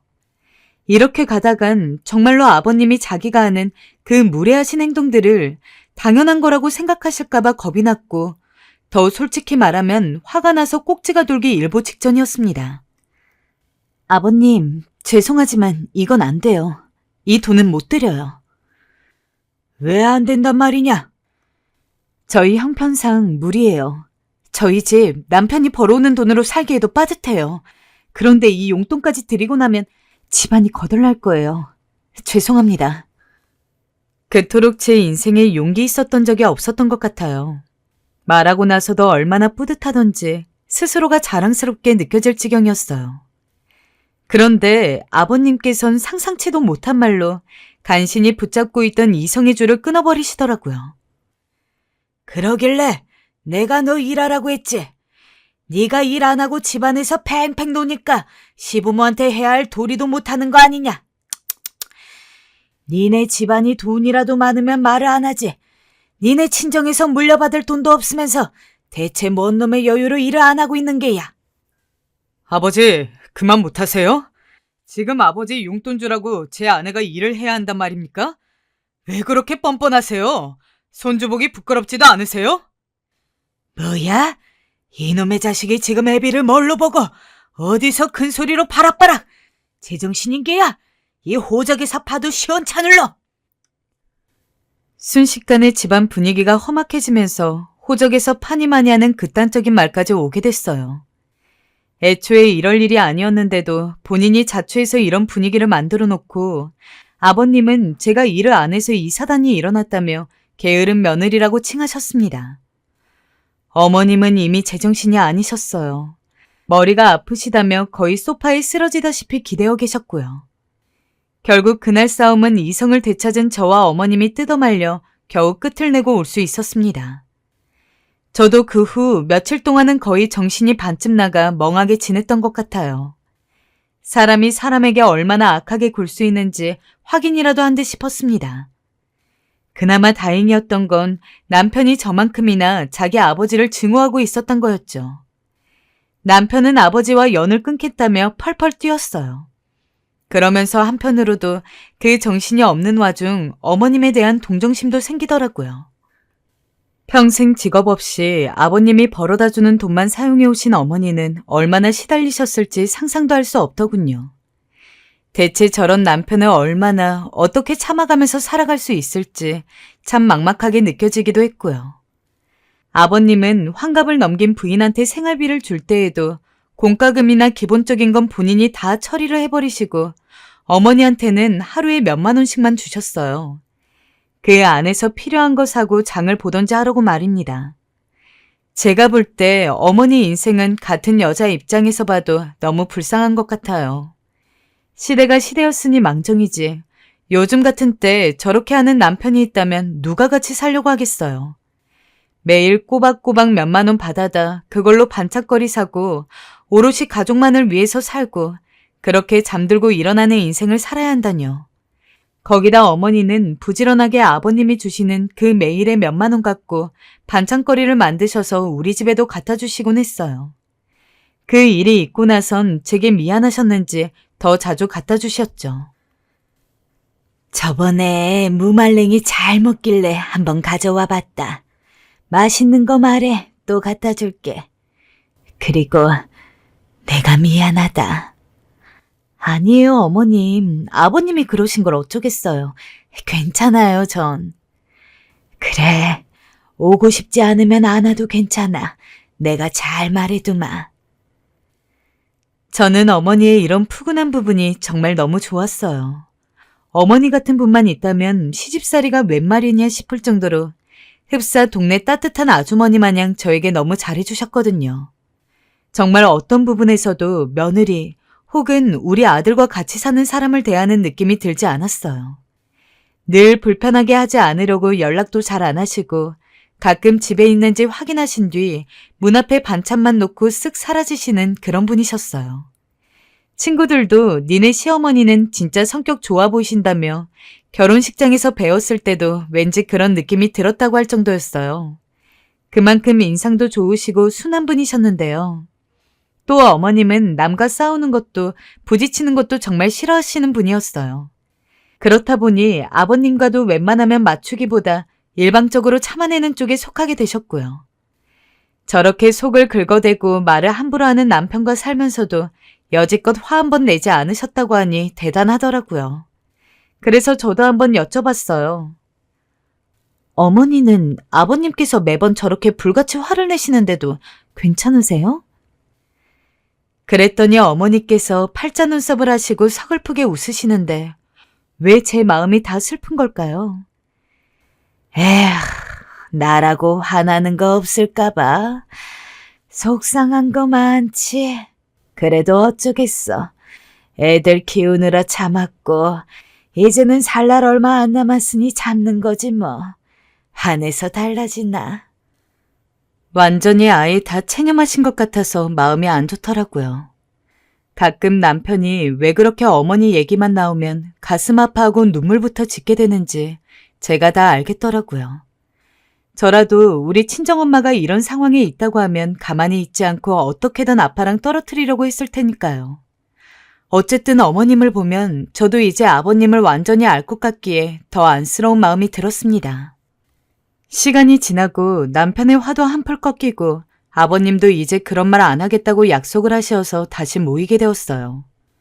솔직히 아버님 얼굴이야 100번을 사과하셔도 안 보고 싶은 마음이었지만 어쩔 수 없이 저도 옛날 사람인지라 그 자리에 가게 되더군요. 그날은 아버님이 어쩔 수 없이 정년퇴직을 한다고 하셔서 가족들끼리 회사에 가서 축하도 해드리고 밥도 사드리고 했어요. 그리고 아버님은 당연히 마땅한 대우를 받으신다는 듯 그래, 니네가 드디어 자식된 도리를 하는구나 하고 말씀하셨고요. 물론 거기에 대꾸한 사람은 아무도 없었습니다.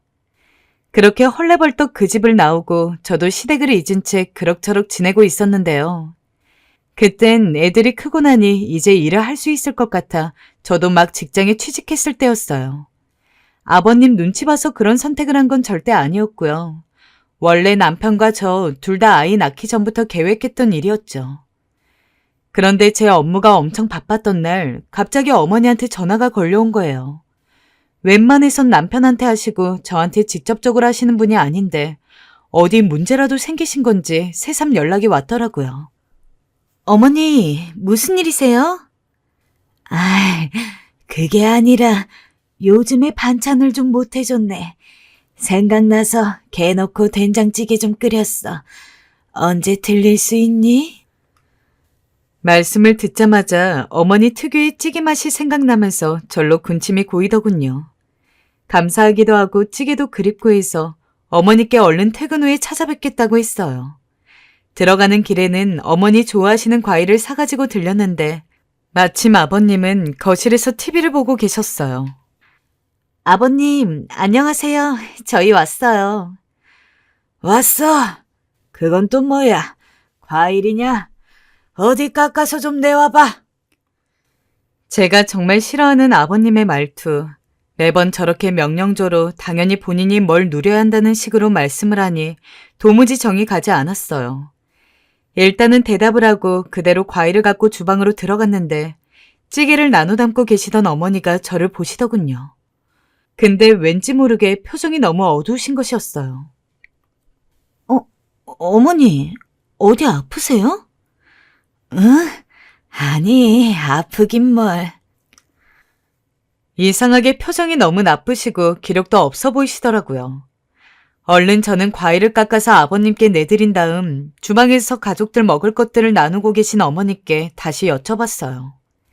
그랬더니 어머니가 이렇다 싶게 답은 안 하시고 한숨만 푹푹 내쉬시더라고요.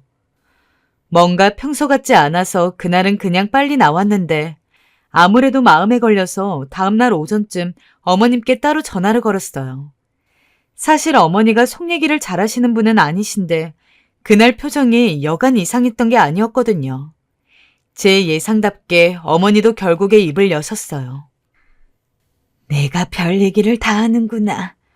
근데 나도 어딘가 말을 할 때는 있어야겠는데 말이야. 너무 속상하네. 어머니, 무슨 일 있으셨던 거죠? 그리고 어머님께서 뒤이어 말씀을 하시는데 듣고 있자니 왜 이렇게 가슴을 옥죄듯이 답답한 걸까요? 화가 치밀어 오르다 못해 기가 막혀서 말이 안 나왔어요. 네 시아버지가 집에만 있어서 그런지 잔소리를 어찌나 하는지 견딜 수가 없다. 정말 회사라도 나갔음 싶은데 갈 데도 없으니 어제는 나보고 답답이라며 소리를 지르더니 내 머리를 한 대 치는 게 아니겠니? 네? 어머니를요? 저도 모르게 너무 크게 말해서 회사 사람들이 쳐다볼 정도였어요. 결국 다시 숨죽여서 여쭤봤는데 아버님은 말도 안 되는 잔소리를 어머니한테 하시면서 시비를 거시더니 음식들 맛이 다 간 것 같다며 한여름의 관리를 어찌하는 거냐고 짜증을 그렇게 내시더랍니다. 마침 그날 벽면 한쪽 전기가 다 나가서 에어컨도 안 되고 냉장고도 저리 상해버렸고 혼자 뻘뻘 땀 흘리며 음식들 빼내고 있던 어머니에게 말이에요. 같은 시간 내내 누워서 다른 벽면 선풍기를 쐬가며 핸드폰만 들여다보던 아버님이 할 말은 아니었나 봐요. 날 더우니 어머니도 엄청 예민해지셨고 그 상황에 맞받쳐서 화를 내셨나 봐요. 그랬다고 아무리 그래도 그렇지 60이 넘은 부인 머리를 때리다니요. 아버님은 그 연세에 체격도 크시고 키도 크시고 손도 엄청 크고 두터운 편이에요. 한때 취미로 운동도 하실 정도였는데 나이가 드셨다지만 그 손으로 힘없는 어머니에게 손찌검은 정말 말도 안 된다고 생각합니다. 저는 이미 아버님의 성격이나 패턴을 뻔히 알고 있었는데 이후로는 이제 이런 날들이 더했으면 더했지 줄어들 것 같지 않았어요. 그래서 저는 한번 숨을 다시 가다듬고 어머님께 진지하게 말씀드렸어요. 제 입 밖으로 나오는 말에 저 역시 약간 놀랐는데요. 어머니, 혹시 이혼 생각은 없으실까요? 제가 좀 알아봐 드릴 수는 있을 것 같아요. 손찌검은 정말 안 돼요, 어머니. 내가 이 나이에 어디를 갈 수 있겠어. 나는 이 나이껏 그이가 갖다 주는 돈만 만지며 살았어. 이제 밖에 나가서 돈도 벌 줄 모르고 그렇다고 저 사람이 나한테 돈이라도 얼마 지어서 나가라고 하겠니? 이혼이란 얘기는 나한텐 너무 어려워. 나도 생각을 안 해본 건 아니란다. 제가 볼 때 아버님은 아마 이런 어머니의 형편을 모르는 게 아닐 것이 분명했어요. 그러니까 더 저렇게 함부로 대하시는 것일 거고요. 그래서 저 역시 더 화가 났지만 당사자인 어머니께서 별로 이렇다 싶은 반응이 없으시고 하고 싶단 생각도 없으시니 더 이상 말을 못하겠더라고요. 제 속은 터질 것 같았지만 어머니 본인이 의지가 있어야 그나마 저도 도와드릴 텐데 그게 아니면 쓸데없는 참견이 될 수 있으니까요. 그리고 이날의 일을 남편에게 말해야 하나 어찌하나 고민을 했지만 어머니께서 절대로 말하지 말라고 하도 신신당부하시는 통에 그냥 저만의 비밀로 남기게 되었어요. 그때는 너무 속상해서 말할 곳이 정말 너무 없어서 어쩌다 보니 말하게 된 거야. 그게 아니면 너한테도 말하지 않았을 거야. 아무리 부모라고 해도 자식한테 다 알리기 싫은 부분이 있어. 걔가 알면 지 아빠랑 또 붙어서 엄청 싸움이 날 거야. 그러니 민우한테만은 말하지 말아라. 어머니의 마음이 너무 간절하게 전해져 와서 저도 어쩔 수 없이 그냥 묻어두게 되었어요. 그 뒤로는 어머니도 일절 아버님과의 관계에 대해서 제게 입을 열지 않으시더라고요. 그럭저럭 1년이란 시간이 흘러갔고 저도 가끔 떠올렸다가 다시 넘기고 나면서 지냈던 것 같아요. 그러던 어느 날 저는 또다시 저만의 비밀로 해야만 하는 일을 만나게 되었어요. 과연 비밀로 하는 것이 옳을지 아닌지 헷갈리는 일을 눈앞에서 직접적으로 겪게 된 것인데요. 이런 건 늘 남의 일로만 들었지 제가 직접 경험하는 일이 될 줄이야 상상도 못했어요. 다시 생각해도 가슴이 좀 떨려옵니다. 그날 저는 미팅이 있어서 백화점 내에 있는 카페에서 거래처 사람을 만나기로 했는데 멀리서 뭔가 익숙한 인상의 사람이 보이는 거예요. 누군지 알아채는 순간 왜 저도 모르게 몸을 숨겼는지 모르겠어요. 바로 아버님이셨거든요. 그 짠돌이의 구두쇠의 모든 대명사의 집합체인 아버님이 왜 백화점 같은 곳에 오신 건지 잠깐 혼란스럽더군요. 너무나 안 어울리는 장소였기 때문에 좀 황당했지만 다시 숨어서 지켜보게 되었는데요. 역시나 보통 일이 아니었어요. 아버님 옆에는 웬 아줌마가 있었고 그 둘이 같이 걸어가는 모양새를 보고 단번에 이건 무조건 따라가 봐야 한다고 느꼈어요. 아버님과 그 아줌마는 무려 팔짱을 끼고 있었기 때문이에요. 아버님은 주변에는 관심이 없는지 자세히 주변을 둘러보면 저를 발견도 할 법한 거리에 있는데 전혀 눈치를 못 채시더라고요. 옆에 있는 아줌마를 자세히 보니 짝 들러붙는 원피스를 입고 있고 나이도 꽤 많이 어려 보였어요. 그리고 양손에 명품 쇼핑백을 자잘한 것부터 꽤 큰 것까지 걸고 있더라고요. 이런 정황을 파악하니 저는 도저히 미팅에 집중할 수가 없어서 직원들에게 30분만 시간을 달라 하고 계속 쫓아다니면서 살폈어요. 그런데 아버님께서 아줌마에게 이러시더라고요. 예순 씨, 우리 여기 가요. 당신 가방이 너무 낡았더라. 내가 오늘 하나 사줄게. 정말요? 오빠, 너무 고마워요. 아버님은 그 여자를 예순 씨라고 부르시더군요. 그리고 남편이 제 예단으로 사주었던 명품 매장이 같은 층에 있었는데 아버님과 그 여자가 그리로 들어가는 게 아니겠어요?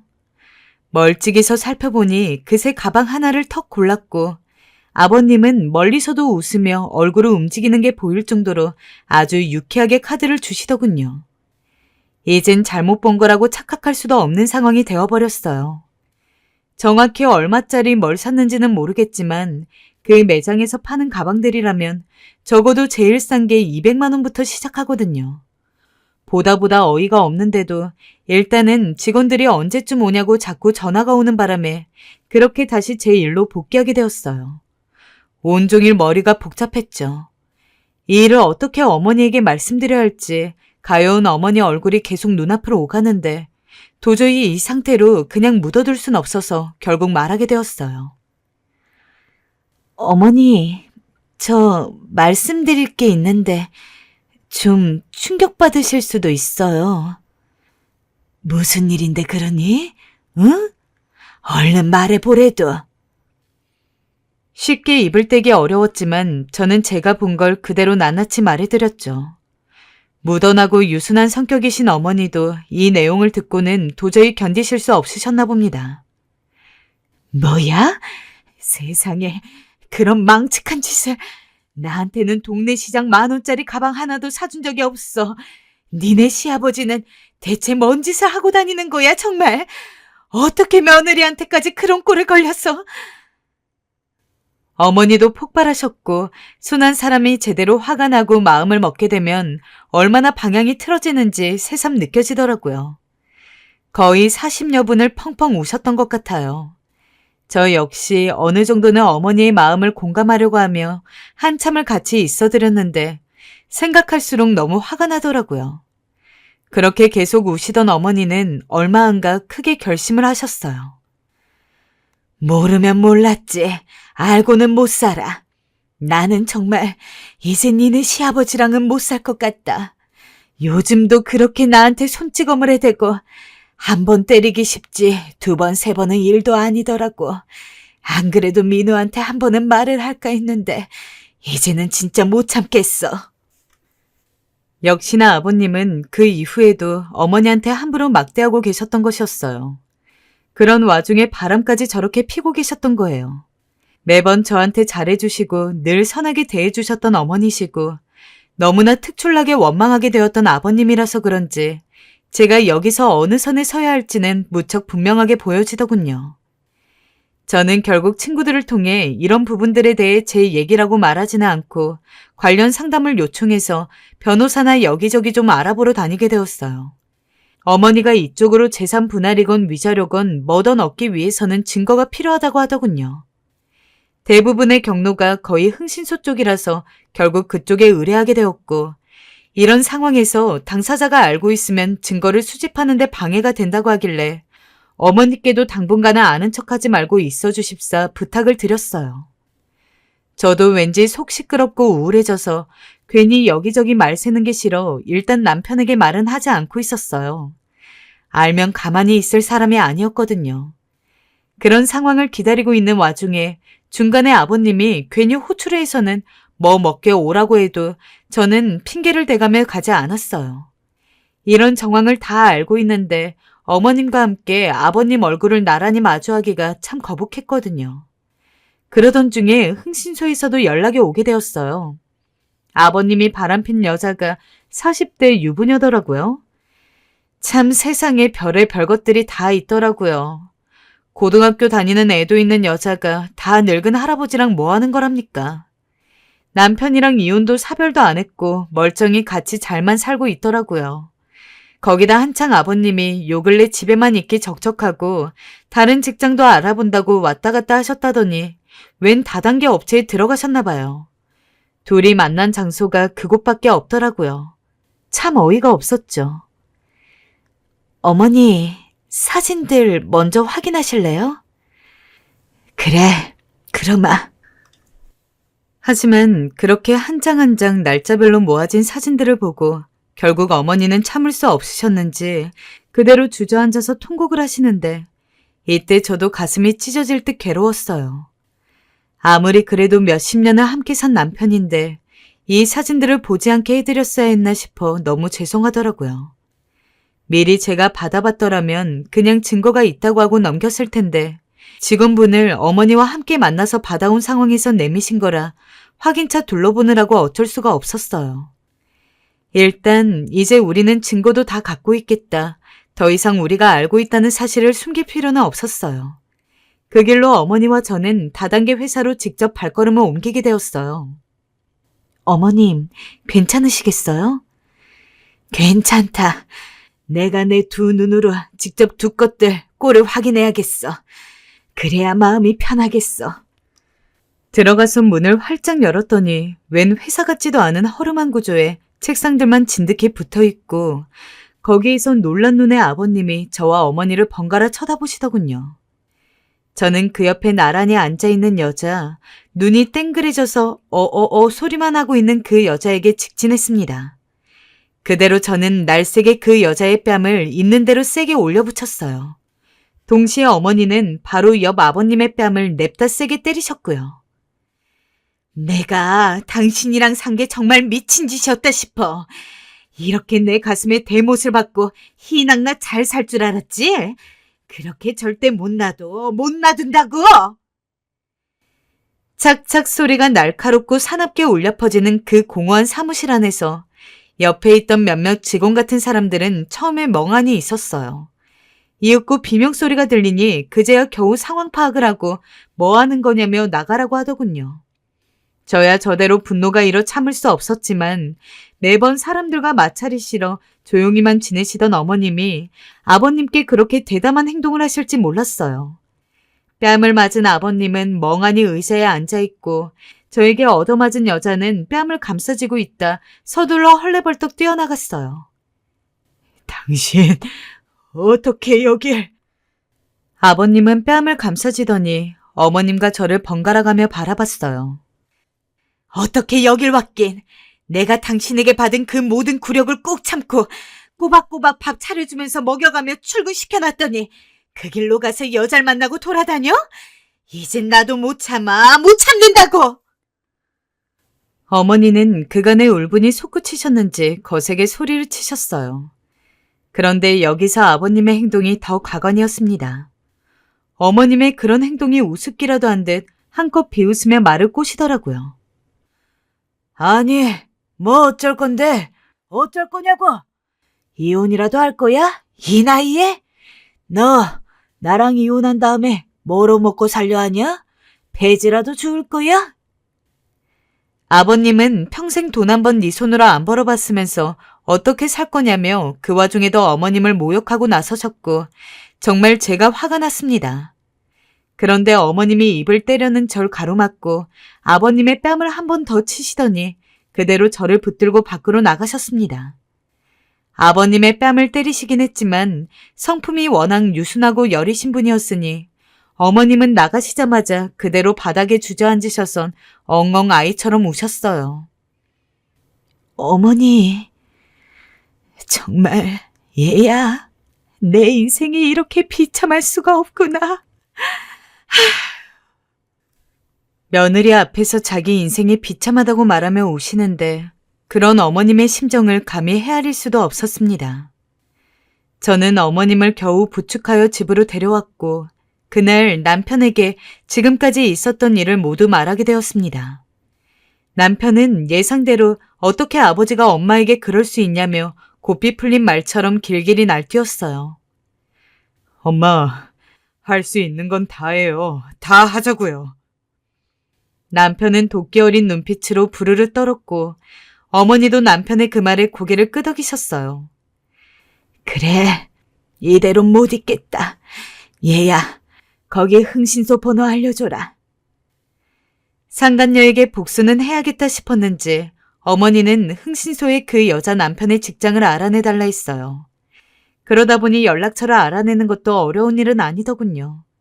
직접 마주하고 얼굴 보고 싶지 않았기에 저와 어머님은 그냥 그 연락처로 불륜 증거 사진을 잔뜩 보내주었어요. 본인 아내가 하고 다니는 짓을 보라고 말입니다. 그 후 모든 게 다 허망하고 저도 어머님도 새삼 인간에게 질려서 멍하니 있는데 어머님께서는 이번 일의 여파가 보통 큰 게 아니셨는지 저한테 사진을 카톡으로 좀 보내달라고 하시는 것이었어요. 네, 어머님. 근데 이 사진들 어디 쓰시려고요? 내가 평생 네 시아버지랑 살면서 시댁 식구들한테 얼마나 시달리며 살았는지 아니? 그때는 그냥 참고 살았다. 이제는 못 참아. 이런 걸 인간이라고, 지들 아들이라고, 지들 남동생이자 형이라고 나한테 똑같이 시집살이를 시켜대던 것들 가만두지 않을 거야. 어머니는 그대로 이걸 어머니의 시댁 식구들인 시고모님부터 시작해서 온갖 친척들 사촌에게까지 잔뜩 보냈고 아버님과 함께하는 지인들 관계까지 다 통합해서 보내버리셨어요. 그러면서 서툰 문장으로 분노에 차오르신 글을 꽉꽉 눌러 쓰셨더군요. 평생을 이런 모지리 같은 놈이랑 살았어요. 이제 이혼합니다. 다시는 이런 쓰레기랑 상종하지 마세요. 그래야 편히 삽니다. 어머니의 이 분노가 그대로 느껴져서 시원하기도 하고 가슴이 아프기도 했어요. 이렇게 해서 온 집안이 뒤집어지게 되었고 아버님은 어머님에게 전화와 문자를 해대며 가만두지 않겠다고 협박하고 난리도 아니었어요. 죄 지은 걸 걸렸으면 가만히 있기라도 할 것이지 어머님을 얼마나 자기의 종만도 못하게 보셨으면 그런 행동을 하실 수 있는지. 그래서 이번엔 제가 나섰어요. 아버님께 대뜸 전화를 한 거죠. 네가 정신머리가 박히느냐? 가만히 있기라도 할 것이지 어디 시아버지랑 시어머니 사이를 갈라서려고 나서고 있어. 니네 집에서 이렇게 가르치든 너 이러면 천벌받는다. 알아? 네, 천벌 받으라면 받을게요. 근데 아버님, 더 이상 어머님 괴롭히지 마세요. 이런 식으로 자꾸 괴롭히시면 경찰에 신고 들어갑니다. 아버님이 지금까지 한 말 다 녹취해두었고요. 재판에서 불리하게 쓰일 수 있으니 함부로 욕짓거리하지 마세요. 웃긴 건 제가 강하게 나서자 그제야 아버님이 그건 또 자기에게 불리하다 싶었는지 입을 다무시더니 바로 전화를 끊더군요. 물론 이혼을 하는 데에도 여러 가지 절차가 걸려 있고 아버님도 보통 다혈질이 아니신지라 순순히 협의는 안 되었어요. 그래서 어머니는 저희 집에 계시면서 소송을 하셨고 결국 위자료를 받아 이혼을 하시게 되었습니다. 그리고 지금의 어머니는 다행히도 무척 편안해 보이십니다. 저도 물심양면으로 어머님을 도와드리고 있고요. 나 이제 나도 내가 좋아하는 거 하면서 살 거야. 나 그래도 되잖아? 안 그래? 그럼요, 어머님. 이제 어머님이 좋아하시는 거 마음껏 하시면서 사세요. 아, 어머님. 동네에 꽃꽂이 배울 수 있는 꽃집이 생겼더라고요. 제가 거기 등록해 드릴게요. 어머님 평소 꽃 좋아하시잖아요. 같이 한번 배워봐요. 그러면서 어머님은 본인이 좋아하시는 반찬 만들기나 손재주를 이용해서 뭐든 해보시겠다고 하는데 남편은 그저 대찬성을 할 뿐이었어요. 본인의 엄마가 어떻게 살아왔는지 저보다 더 잘 아는데 두말할 게 없을 테니까요. 허나 가슴 아프게도 어머님은 가끔씩 우울해하시는 모습을 보이시기도 해요. 내가 왜 대체 그 험한 세월을 그 양반과 살아냈는지 지금 생각하면 참 바보 같았지 싶다. 그렇게 말씀을 하시곤 하는데 그런 말을 들을 때마다 저도 남편도 가슴이 아파와 어떻게 어머님을 위로해드려야 할지 몰라 고민에 빠지곤 합니다. 그래도 제가 지금 할 수 있는 건 어머님 옆에 있으면서 어머님이 조금이라도 인생을 즐기도록 도와드리는 것이니 그 역할에 충실하려고 노력해요. 어머님도 그게 고마우신지 제 손을 잡으시며 내가 남편 복은 없어도 우리 며느리 복은 있구나 하며 한 번씩 제 손을 쓰다듬어 주시고요. 지금 저는 유튜브나 온라인 강의들 활용해서 어머니 연세에 배우시거나 하실 수 있으실 만한 걸 같이 봐드리고 있어요. 사연 채널도 어머님께 소개해드렸고요. 다행히 어머님이 사연 채널을 들으시며 웃고 울고 또 나름대로 시간을 잘 보내고 계시니 채널을 만들어주신 분께 너무 감사할 따름이에요. 앞으로도 저희 어머니 조금이라도 더 행복하실 수 있도록 마음으로 많이 응원해 주셨으면 하고요. 나중엔 이런 고생스런 이야기 말고 저희 어머니와의 일화 즐거운 사연 있으면 들고 찾아올게요. 그때까지 여러분 모두 건강 잘 챙기시고 행복한 하루 보내세요.